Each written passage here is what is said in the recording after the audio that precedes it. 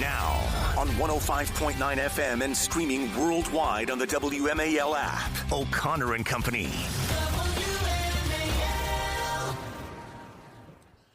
It is 5:07. It's Friday, the 15th day of August. How did we make it halfway through August? Yesterday, we had the Lieutenant Governor of Virginia, Winsome Sears, on. She announced and broke news that she had accepted the terms of the debate that CNN was setting up. She said, listen, they're stacking the deck against me. Oh, yeah, she was on yesterday. She told us, Patrice, CNN stacking the deck against me. It's going to be, 5 against 1, but that's fine. I want to debate Abigail Spanberger.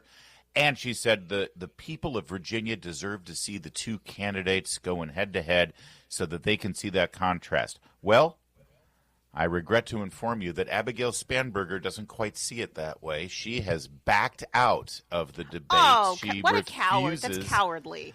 To accept the terms that CNN put out. Well, she was sure that it was just going to be, it wasn't fair. CNN set up a really unfair stage there for the debate because apparently CNN was going to allow the Republican nominee to talk as well.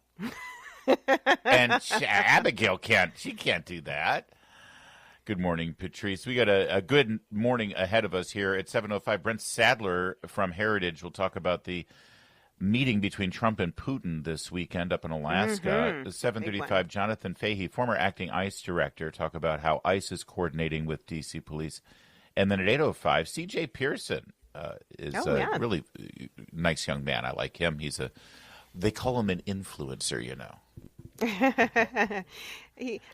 Well, we'll talk about it, but he hosted a party for Republican young people. Yes. And they called it an all-white party because he was the only black face among a sea of white young influencers. Oh, no, it's worse than that. New York Magazine put a picture on the cover of the party, making it look like this whole, young white supremacist, thing. And they had literally cropped out the black people from the picture. Yeah. There were black people at the party, too. There were black people at the party, too. But they cropped it out to make it, and then he sued. And anyway, and then he recently did a party here in D.C. He wants to talk about the D.C. crime issue and also the overriding problem of fatherlessness in the African-American community. We didn't mention CJ's a young black man. We don't lead with race here, Patrice. You're black. How are you this morning? For those who don't know, I actually am. So, good Friday to you. Happy Friday, Larry, and to everybody out there. By the way, I went to the Nats game last night. I had not been to a Nats game this season. I went to the Congressional Baseball game, which doesn't count. More runs scored at the Congressional Baseball game. It doesn't count? I mean, I've been there a few times. It's kind of fun. It's fun. It doesn't count as a Nats game. Sure. But I did go to the Nats game. My cousin lives in the Philadelphia area, and we're the same age. You have a cousin growing up that was sort of like a brother or sister, but not. I had some my age, but not really that close. Yeah. This is Mike. He's my age. He was born a few months before me. He lives in the Philly area, but we we grew up together a lot, and he's my dad's brother's son. We jokingly call each other cousin brother. He's my cousin brother. Anyway, he was in town with his son. I got my son in town. We went to the Nats game. Not trying to tell all these, like a family reunion story here. I'm trying to tell you that when I went to Nats Park last night, Navy Yard has been the focus of a lot of the uptick in crime in Washington, Very D.C. good. One can argue that Navy Yard has been sort of ground zero for a lot of the carjackings and the juvenile crime and the breaking into drugstores and anyway, the police presence last night at Nationals Park was unlike anything I have ever seen in my time living in Washington, D.C. And it was safe. I even said to my cousin, because we made these arrangements like 4 weeks ago, and I said, okay, so just so you know, you're going to want to park, like if you're driving in, you're going to want to park, like pay the extra money for one of the lots right next to the stadium, so you don't have to walk multiple blocks, because you get outside like a 2-block radius, and it can be dicey. Questionable. Around there. I've definitely parked on some of those side streets, and it's like, you're holding the kids extra close. Yeah, right. I know what you mean. And not last night. It was lovely, and I figured it was going to be extra bad because all the Philadelphia fans, because we know. I'm surprised you didn't make a joke about your cousin. I was waiting for it. It was a good. Well, the Nats won, by the way, and I was surrounded. For some reason we were sitting in the Phillies section. Although I have to say it felt like the bad old days when the Redskins fans were constantly outnumbered by the opposing team. It's not been a good season for the Nats. But boy, oh boy, the Nats won, and it was very nice to see the smugness of all the Philadelphia fans sort of, tail between their legs as they slinked out. So I was doing a lot of Washington versus Philadelphia superiority there, and it was a fun night, I have to say. But that's good. It was. I mean, you got to see it to believe it, guys. But you go downtown Washington, D.C., and listen, some people, for some reason, don't like seeing a huge police presence and seeing the – I don't know why they have to have their lights on the whole time. That was sort of weird. All the cop cars that were parked from home plate area down the first baseline on that street, right when you come off the circle in front of the home plate approach, the lights were on during the whole game. And I guess it's just to let everybody know the cops are here, I suppose. Yeah, but they got to fine tune it. It seemed like it was a little extra because it seemed like an emergency had happened. You know what I mean? Oh, gotcha. Okay. Well, listen, I mean, Larry, I said very good when you were talking about the crime in the area. I didn't mean to say very good. I just knew that you were going to say there was a strong police presence, and to me, that is very good. What's interesting is when Mayor Bowser, well, actually not the mayor, but when there were curfews put in place in National Harbor, that made a really big difference because a lot of these young people had migrated their way out to National Harbor and were running amok out there. And so they couldn't go out there. Then there was a stronger presence in Georgetown where they were ransacking a lot of those shishi boutiques and high-end stores, whatever, that are left in Georgetown.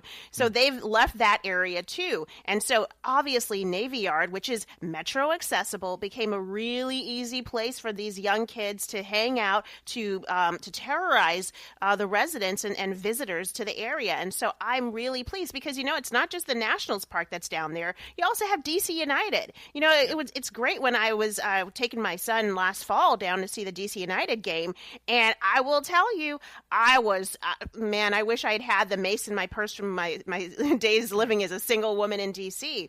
I was concerned. I was scared. I was looking when I was parking on those side streets, like, is that guy looking at my car and looking at me and looking at my son? So I'm glad to see the greater police presence, and I hope it persists beyond just a few days or a month. 1 block behind Audi Field. I did not go down there to see your metric football European game. I was there for the world champion USFL DC Defenders. Thank you very much. Yeah, the Defenders. That's right. They play at Audi Field, and yes, one block behind Audi Field, and forget about it. Forget about it. There's a little bit of a project area there. Yeah. I don't know if that's incorrect to say, but those are projects, and no joke, they're not just giving each other high fives when you see them greeting. I move real quickly in that neighborhood if I have to park near there. And they want to make Nats Field, free of crime because of all the, think about it's a miracle what happened down there when the stadium was built. Yeah, it is. Then the buildings, the office buildings, the apartment buildings, the condos, the restaurants, and that corridor from the Green Line Navy Yard stop, as you walk toward the stadium, and there's just so much nightlife and so many things to do. And people aren't going there this summer because of the crime. And last night, my experience, it's the first home game post Trump taking over. They focused on it. They made the police presence there. We weren't bothered 1 second. Matt Foldy, friend of the program, reporter in D.C., he's 30 years old. He's got a bunch of friends in that age group. They all hang out down there. He posted on X a text message that he got from a friend who was there last night. Not me, another friend. And it says, I'm walking around Navy Yard post-Nats game, and I'm floored. Donald Trump literally solved crime. There you go. This is how you do it. That's how every grown-up city does it. You got a crime problem, you throw extra police at the problem, so that presence keeps the bad guys away. Well done. You mentioned Muriel Bowser. Guess what she did yesterday? While all this is going on, while D.C. is the center of the universe in the news, she went to vacation in Martha's Vineyard. She left. while all this is going boy. on. It's 5:15 WMAL. WMAL, making sense of the news. Live from the Home Paramount Pest Control Studios. Home Paramount, the leader in pest control since 1939. 2 years ago in Washington, D.C., when there was a major crime wave sweeping over Washington, this was back, everyone's saying, oh, crime is down, homicides are down. It's all down compared to 2023. 2023 was sort of the nadir or pinnacle, depending on your perspective, of the crime problem in Washington in the recent history. 2023, horrible situation, curfews being called, everyone's wringing their hands. And you'll remember the district council was trying to shove through a new crime bill that lessened penalties on certain crimes. It was hugely controversial. Yeah. Democrats were joining Republicans to oppose what the district council had done. Muriel Bowser had vetoed the bill in a big fight with the district council. And then, right in the middle of all of that, we flipped to our friends over at Fox 5. What was the news report then in 2023? Tonight, Mayor Muriel Bowser pushing back now against critics who have asked why she was on a trip to Dubai last week while the D.C. Council was taking up her latest crime bill. She took a trip to Dubai. Remember? She left town and went to Dubai. What is it about these female mayors of major cities who are in the midst of a crisis or the start of a crisis are suddenly doing junkets in luxurious places? I don't know. Do you notice a trend there, Larry? Because I'm pretty sure Karen Bass was doing the same thing when the city was on fire. Yes. Yeah, Muriel Bowser. It's an embarrassment, but maybe it's an admission that that the city is in good hands right now, not hers. Perhaps. Now, the mayor's office claims that it was just for a 2-day trip to pick up her daughter, and she's expected to return later this afternoon. She was just going to Martha's Vineyard to pick up her daughter. Okay, couple questions. Isn't her daughter like 5 years old at this point? How old is her daughter? She just had that I'm kid. looking it up, actually. I want to say about 5 years old. So did she take her daughter to Martha's Vineyard? Is there no one? She is the mayor. Does she realize that she's the mayor when she got the job as mayor? How old? 2. She's okay, 2 so years it's only been old. 2 years. Yeah. So she's been mayor for, 7 years. No, excuse me. She was 2 years old when she adopted her back in 2018. So she's a little bit older now. There you Sorry go. about yeah, that. That's more like it. So she's 9 now. She's 9. She was already mayor when she adopted the kid. So she knew she had a busy job when she took on the responsibility of being a single mother. And remember, she was championed for being a single mother. And now, in the middle of, quite possibly, probably the busiest time of her entire career, dealing with the news and the wrangling and the interaction with the federal government and law enforcement, and she's, a lot of demands on her to answer questions, figure it out. Her police chief doesn't know what chain of command means. There's a lot going on in the district. And I appreciate a parent prioritizing her children, but to leave in the middle of all of this, I mean, good for her. I'm glad. I hope she enjoyed herself in Martha's Vineyard for a couple of. Something tells me if the news hadn't been focused on this, and if people weren't, raising this issue, she may have spent a little extra time. You really think she planned on coming back this afternoon? And do you think maybe she planned on making an extra weekend out of it up there in Martha's Vineyard? Listen, and for folks who'd wonder why Martha's Vineyard, it's not just, that's a nice place to visit this time of year. There is an enclave of Black elitism in Martha's Vineyard. The Obamas have their place. I believe Oprah Winfrey has a place. But every summer, a lot of Black elites, and I see this on my social media feed, they go up there. It's like a pilgrimage. They host events for themselves where they talk about what's going on from culture and politics. And, they self-congratulate. They're self-congratulating for how well they've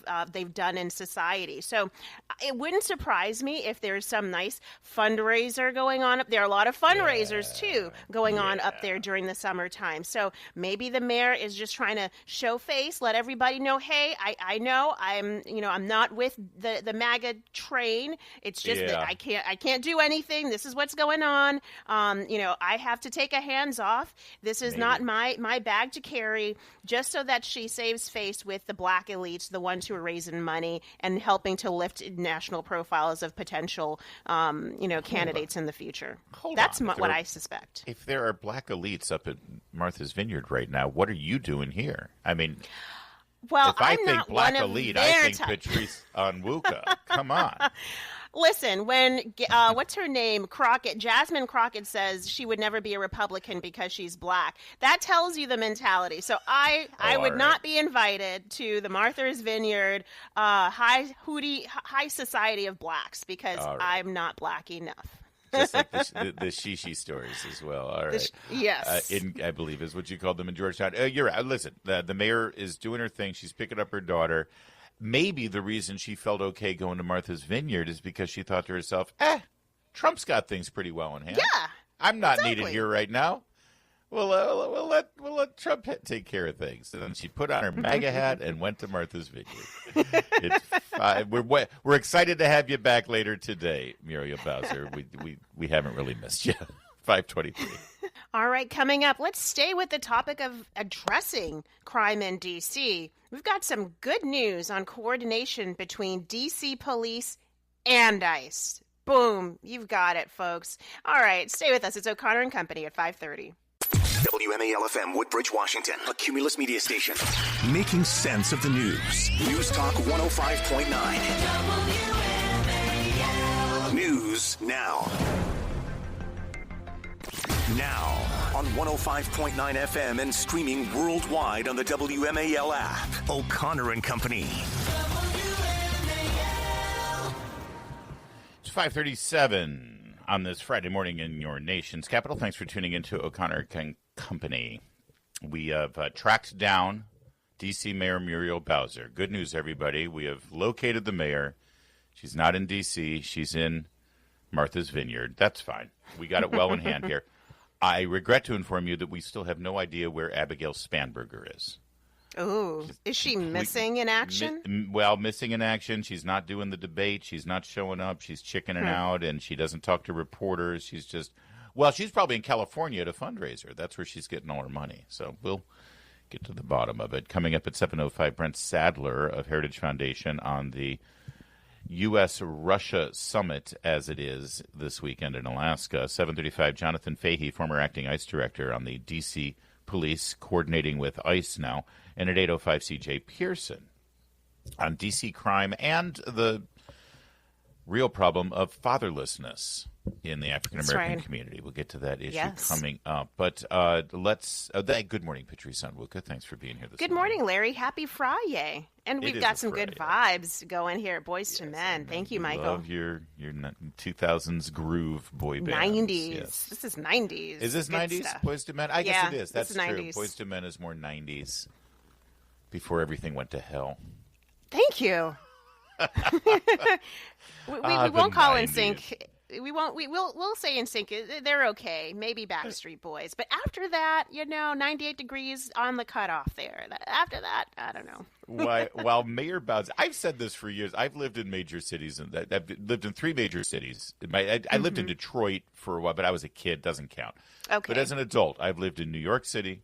I've lived in Los Angeles, and I've lived in Washington, D.C. And can I just tell you, D.C., I keep saying D.C. wants to act like a grown-up city, and yet think that they always do things. They always do things that it's like, okay, this is why you're not taken seriously, D.C.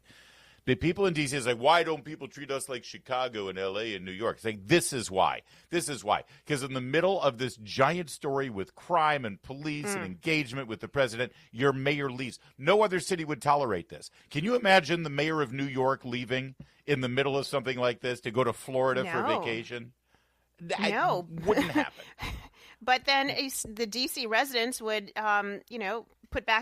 elect someone back into office who's is under federal bribery charges right now. So, I mean, it kind of goes to show the constituency. At least they do. Well, you have a point. They have competitive elections in New York, at least. Here, it's mayor for, it's once you become mayor, the only challenge you're going to get is from your own party, and it's a one-party town. Here's another example of things that would not be tolerated in other cities. Let's not forget earlier this week, the chief of police asked by a reporter about how her law enforcement officers were going to be interacting with federal law enforcement officers. And the specific question was, well, can you explain what the chain of command is now? Take a listen. Tell us what the chain of command is now? What does that mean? Well, is it Pam Bondi speaking to the mayor, speaking to you, or how does this work? So, what does that order, mean? What does chain of command mean? Says the chief of police. Well, I mean, I'll give her some grace on that, Larry. I mean, to me, she was trying to clarify what part of the chain of command are you referring to? Maybe I'm giving her more grace than she deserves, but that's what the clarifying question to me was important. You know, the clarification, who are you referring to? And then he said, well, who does Pam Bondi? But she didn't say who are you referring to. She said, what does that mean? The word she chose certainly leads a normal observer to reach the conclusion that she doesn't know what it means when asked about the chain of command. I would hope she does, given that that's how the police operate through chain of command, right? I mean, I would think. Did get an announcement yesterday that will terrify Karen Bass in Los Angeles and the ineffective mayors of Chicago and other major cities who have been more interested in protesting against Donald Trump and federal law enforcement than they are actually taking care of criminals in their own cities, because the D.C. police announced yesterday that they are increasing their cooperation with ICE, with immigration and customs enforcement. Immigrants who haven't been detained or charged with crimes can now be reported to ICE for possible arrest and deportation. In other words, D.C. is no longer a sanctuary city. Now, this may be a result of the fact that the D.C. Metro Police are now under the control of the federal government. And the chief of police and the mayor really don't have much say in it. But as is being reported by NBC News, the city has several pro-immigration policies on the books. No, that would be anti-federal immigration law policies on the book, including one that allows non-citizens to vote in local elections and another that limits cooperation with federal immigration agencies. Representative for Bowser's D.C. Police and ICE did not immediately return a request for comment. Well, Muriel Bowser was in Martha's Vineyard. No wonder she couldn't reply. Speaking to reporters at the White House on Thursday, President Trump said it was a great step. So there you go.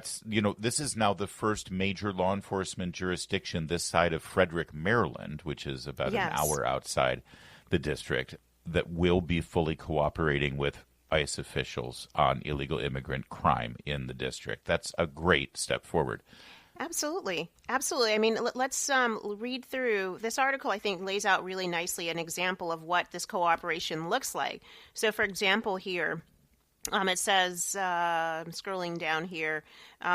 So, for example, while some of the ICE officers' activities in the city have included routine police activities not related to immigration enforcement, they have been able to target operations to arrest illegal immigrants at Home Depot parking lots. So, for example, maybe they go over to a Home Depot parking lot. They're on a different business, but they see a bunch of illegal immigrants there, allegedly, and then they ask them, hey, what is your immigration status? Can you present papers to say that you should be here? And if they're here illegally, then obviously you can apprehend them and detain them, and these individuals can be turned over to ICE and potentially removed from this country. You guys know, not only am I black, Larry, I'm also a naturalized citizen, meaning I'm a legal immigrant to this country. Honestly, and do you get writer's cramp from checking off so many boxes, Patrice? I tell you. There's so many boxes with me, right? Exactly. But we want to see if only illegal you were immigrants. LGBTQ. Oh, no God, way, Jose. I'm just saying. You might want to think about it for career opportunity purposes. No. And frankly, the DEI stuff is dead. So you're gonna get me based on my merit and everything else that I offer. Coming up at 7:35, we're going to check in with Jonathan Fahey, the former director of ICE, and talk to him about this new step forward and what it's going to look like. That's coming up at 7:35. In a moment, we've got an update on a horrific crime that we told you about yesterday. The guy who threw a Subway sandwich at a law enforcement officer. Well, he's been apprehended, and we've learned quite a bit about him. And it's exactly what you'd expect. We'll give you the details in a moment. It's 5:44. Later this morning on the Chris Plant Show, it's official. The Democrats have come out in favor of more crime. They just like crime. 9 a.m. on WMAL. It does seem that way, doesn't it? All right. We told you yesterday about the man who had been arrested for throwing a foot-long Subway sandwich at a law enforcement officer after calling him an effing fascist. And we had a little bit of fun with this. We, of course, compared it to the Jussie Smollett Subway sandwich crime of Chicago back when Chicago was MAGA country at 2 a.m., as you know. We now have information about this person. And Bethany Mandel was on yesterday. We were speculating because he is your typical, white Ivy League grad, pasty white skinned, wearing a pink shirt, pink polo, and Vineyard Vines tight little short shorts, standing in the middle of the summer, facing off with a cop, big mouthy, liberal beast there saying, "You are a fascist and I want you out of my city. You don't belong in my neighborhood. We don't need you here." And he sort of, and he flings with a weak wrist. Sort of flings his sandwich. "I'll show you." And I do love that the cop is standing there just taking it all in. It's part of the job. It's humiliating, but you got to take it. The second that sandwich hit his vest, it was game on. He was like, all right, it's coming off the top turnbuckle, man. It was going to be a Hulk Hogan body slam on this dude. Yes. Well, not only is one Sean Charles Dunn, don't you know? Oh, I should have known it was Sean Charles Dunn. I want to know how many private schools this guy went to in his life. Oh, Sean Charles Dunn is not only under arrest and now facing charges for assaulting a federal officer, but he's also out of a job. He's been fired because of this. What was his job? Well, it's so delicious. It's as delicious as a beautiful Subway sandwich. He worked for the Justice Department, Patrice. Ooh, really? That's right. Oh, yes. One of the bad apples that needed cleaning out. That's right. It's like he made Pam Bondi's job that much easier. Exactly. This is good irony. I actually think there's a lot of symbolism in the picture you just painted. It is the weak Biden era, trying a last desperate attempt to seem like they're doing something and then getting run over by a new era of public safety, of common sense, of strength, American strength, and traditional American strength and manhood. And I love it. This guy, I think there are more people like him probably at the DOJ and obviously at a lot of other federal agencies. But let this situation bring them out of the woodworks so we can figure out who they are, let them show themselves, and then get them booted from their jobs. Because obviously, I'm pretty sure he's not on board with what Pam Bondi is trying to do or the rest of the administration is trying to do. So he needs to get out. He's just been hiding. Well, thank you for exposing yourself, Mr. Dunn.